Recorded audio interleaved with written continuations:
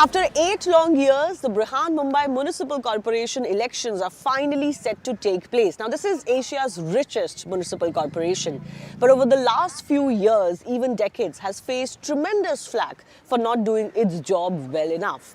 I'm in the city of Mumbai, where the degradation is for everyone to see, the issues that the city continues to face year after year.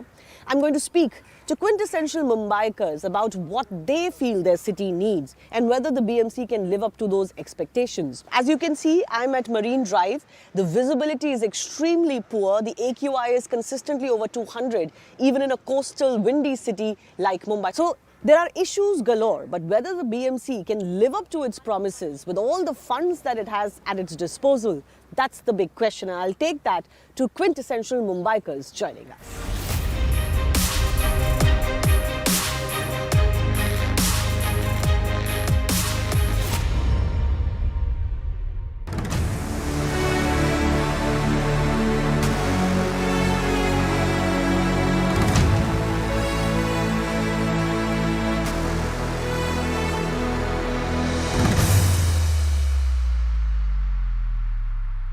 And joining us now is another quintessential Mumbaikar, sayer of all things uncomfortable, in your face and blunt. Who better to talk to about Mumbai and BMC elections than the indomitable Shobha De? Hi, good to be here with you, Shivani. Thank you so much for pleasure. giving us your time. And you know, we are vibing in front of the gateway, the full Mumbai vibe. Yes. Tell me a little bit about your memories of Mumbai. What made Mumbai Mumbai for you? Well, to start with, it was Bombay.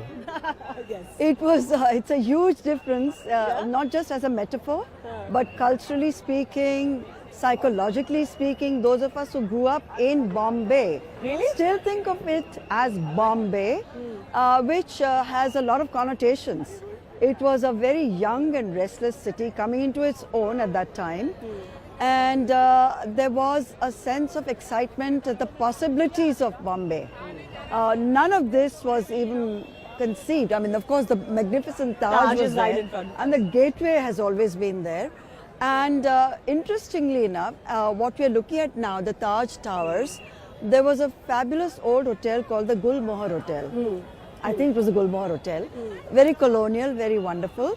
But on the other hand, the people of Bombay, stroke Mumbai, remain the same. That is what makes Bombay stroke Mumbai this exceptional. It is the spirit of the people that has carried us through disasters, through terror attacks, through flooding, through all kinds of political upheavals. But the never say die spirit of the city, you can see it here, right here at the gateway. So what were your favorite haunts or joints that you liked to go to when you were young? For sure, the Gateway of India. For sure, Marine Drive, Yes. where again you see young lovers on the promenade. Nothing has changed. All our courtships took place there. Yeah? Absolutely, all our little dating romances took place in and around Marine Drive, Churchgate, the great Art Deco buildings around Marine Drive, Eros Theatre, which is now Swadesh, Churchgate Station itself, Gaylords, where all the movie stars came, would you believe it? Yeah. And it's still there, and I still go there, and I still love it. So tell me something. Now we are up, looking forward to the next BMC elections, the first in 8 years. Tell me first up, has BMC lived up to its promises? Has Mumbai lived up to the promises that you would have, the future you would have seen for this city? How is the city doing? Is it doing okay, better, worse than other Indian cities? The city stays afloat because the people of the city make sure it stays afloat. There's a huge amount of disillusionment. There's a huge amount of rage. There's a lot of frustration. There is no transparency. There's no excuse for not having elections for 8 years. Now, when you think about the tradition of how the municipal corporation itself was set up way back in the 19th century by Mr. Crawford, and then there was Firoz Shah Mehta. We've had some great stalwarts who were the commissioners, and even as recently as whether it was Khairnar, who stood up against political pressure, forces. There have been exceptional commissioners who were connected to the city. And we knew who everyone was because there was a sense of responsiveness. They listened to the voices of the city. For 8 years, we haven't seen anyone who even has bothered to ask the Mumbaikars, what is it that you want? Even in this election, who's come to us to say what is it that you want? Is because they can get away with it. There is no accountability. It's one of the richest municipal bodies in the world. Yeah. What has happened to all that money? Yes. What has happened to the crores and crores which were supposed to benefit the city? We can see the city crumbling. We can see the city being sabotaged from within. We can see the city being stripped, plundered, pillaged by builders. No accountability.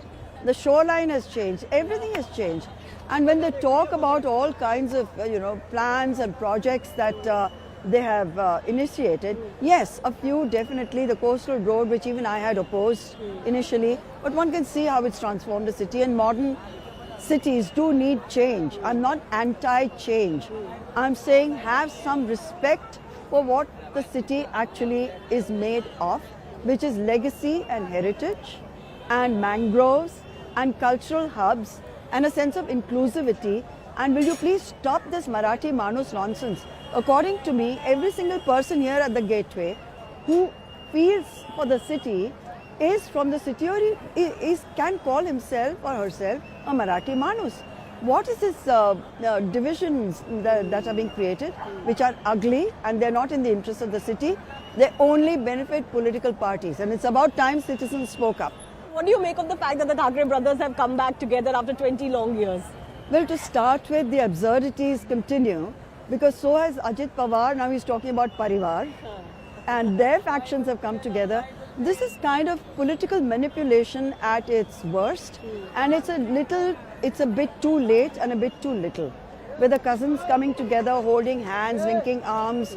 But what are they saying about their joint program that is specific and that inspires voter confidence? But what we also know about Mumbai is that Mumbai doesn't really care about coming out and voting. Last BMC elections in 2017, only 55% voting. Yes, absolutely so then true. How do you hear the citizen voice if the citizens don't come out to vote? Well, they have to respect those who represent them to start with. They have to know them. I can only speak for South Mumbai. I think South Mumbai has done much better this time because the Narvekars, for whatever they're worth, I'm not talking about their political ideology, but they have been very visible over the last few years. You can see the changes that an educated lot like they are and an ambitious lot like they are, there are three of them this time, but South Mumbai can feel the difference, and therefore it inspires confidence that if they've delivered so far, if we give them a shot, maybe they'll deliver in future. But in some of the other constituency, no one even knows who those people are.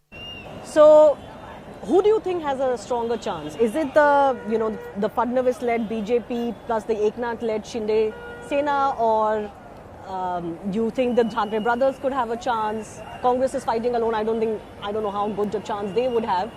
You can write the Congress off right away because it's a losing battle, and let's say Congress itself, I'm not just talking about Maharashtra,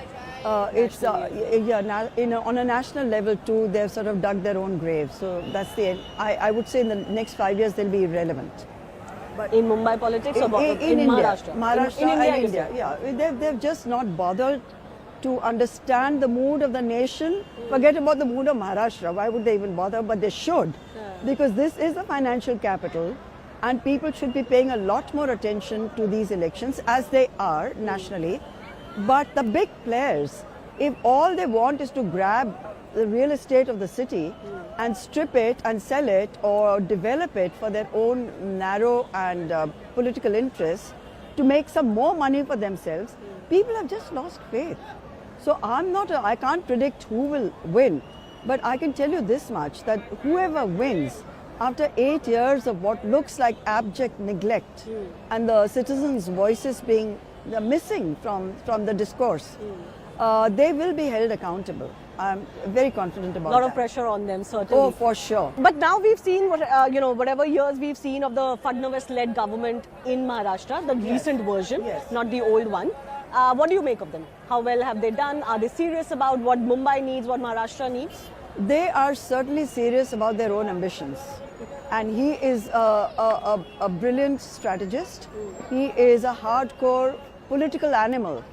And so if I were to invest some kind of give a confidence vote, I would say definitely him. He's very dynamic, and he's been talking bluntly and to the point in the last few months, and and the projects that he claims should have gone as on his record as having achieved, which he feels have been hijacked, the glory. Well, maybe he has a point about the coastal road and all of it. But whatever else, he's a man with national ambitions. To get to that level, he has to prove himself in Maharashtra first. And he has a lot at stake. He also has age in his favor and the backing of the RSS. And I believe Mr. Modi is very impressed by him too. So he's got, shall we say, haath bhi hai, blessings bhi hai, sab kuch hai. It's like, you know, having Salman Khan in the movies saying Salman Khan ka haath hai, kiske upar, then you're sorted. So I think Fadnavis is pretty sorted. You know, the roads are all dug up, the cobbled roads are all bent. Traffic is a situation where traffic is there everywhere. But many places I go to in Mumbai, there's a certain stink that you get. We're getting it right now. Garbage, just uncleared garbage. Garbage, plastic. And maybe all the storm drainage work that is going on, it is letting out that stink. But this is not what you think of a world-class modern 21st century city, isn't it?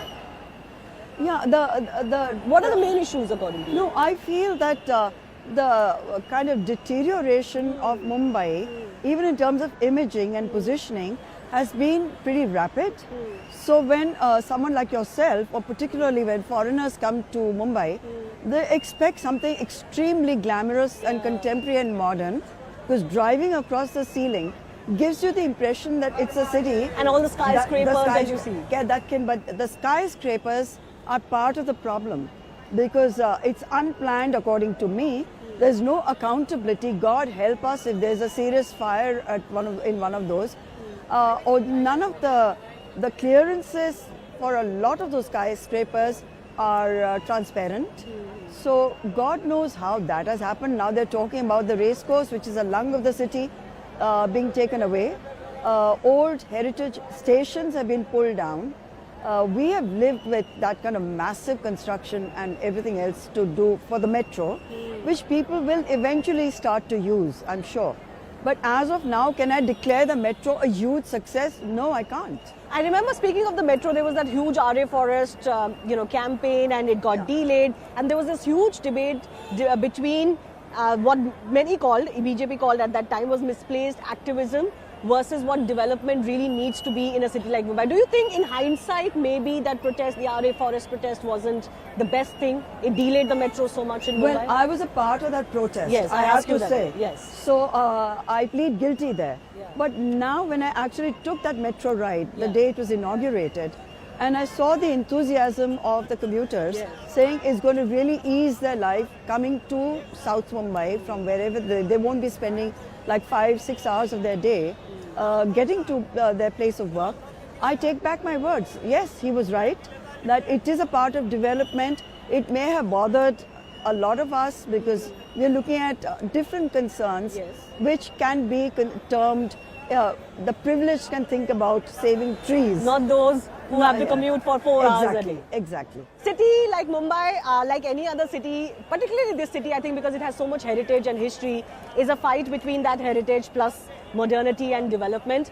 But finally, Shobha, tell me something. If there was one thing that you really wished that the new BMC, the new corporation would do for the city of Mumbai, what would that be?